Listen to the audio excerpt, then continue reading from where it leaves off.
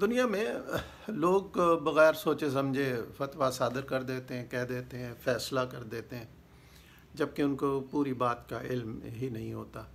ایسا شخص جو بغیر معلومات کے، پوری معلومات کے کوئی فیصلہ کرے تو وہ یقینی طور پہ غلط ہوتا ہے۔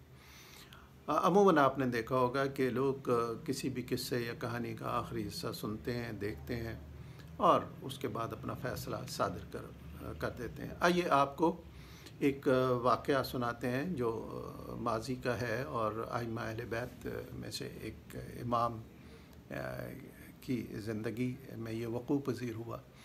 کہتے ہیں کہ بازار تھا، بازار میں ایک شخص لیٹا ہوا تھا جس کے سینے میں چھری تھی، اس کے سینے پر ایک آدمی بیٹھا تھا جس کے ہاتھ میں وہ چھری تھی۔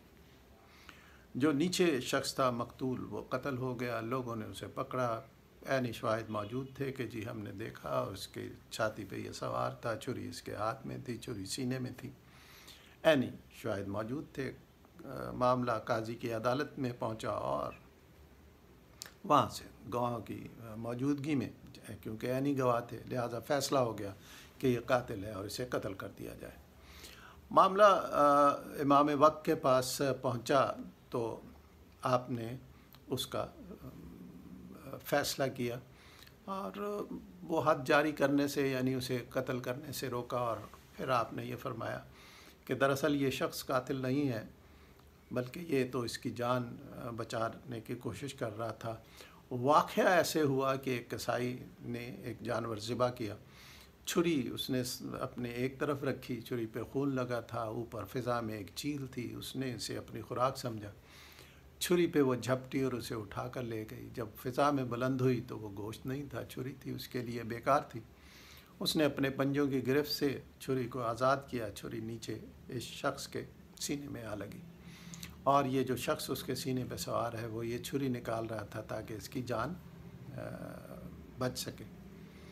اب تلاش ہوئی اس قصاب کی، تو اس قصاب کو تلاش کیا گیا اور اس سے پوچھا گیا تو اس نے یہی ساری بات بتائی کہ کس کس طرح وہ ذبح کر رہا تھا، اور ایک چیل آئی اور وہ اس چھری کو اٹھا کر لے گئی۔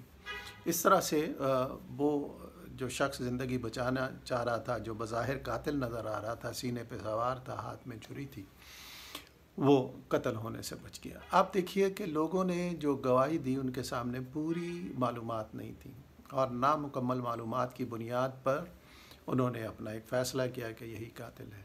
زندگی میں ہمارے ساتھ ایسا ہی ہوتا ہے، ہم کوئی لڑائی جھگڑا ہوتے ہوئے کہیں اچانک پہنچ جائیں، جھگڑا کچھ دیر پہلے سے ہو رہا ہے، آخر میں ہم دیکھتے ہیں کہ ایک دوسرے کو مار رہا ہے۔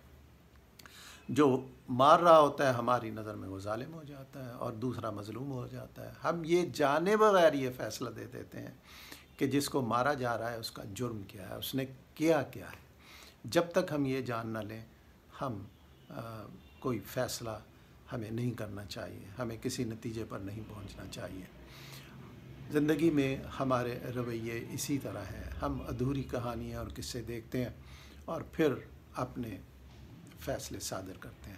آئیے ہم کوشش کریں کہ اس طرح کا رویہ اپنانے سے ہم گریز کریں گے تاکہ ہماری وجہ سے کوئی شخص ایسے کسی مشکل میں گرفتار نہ ہو جائے۔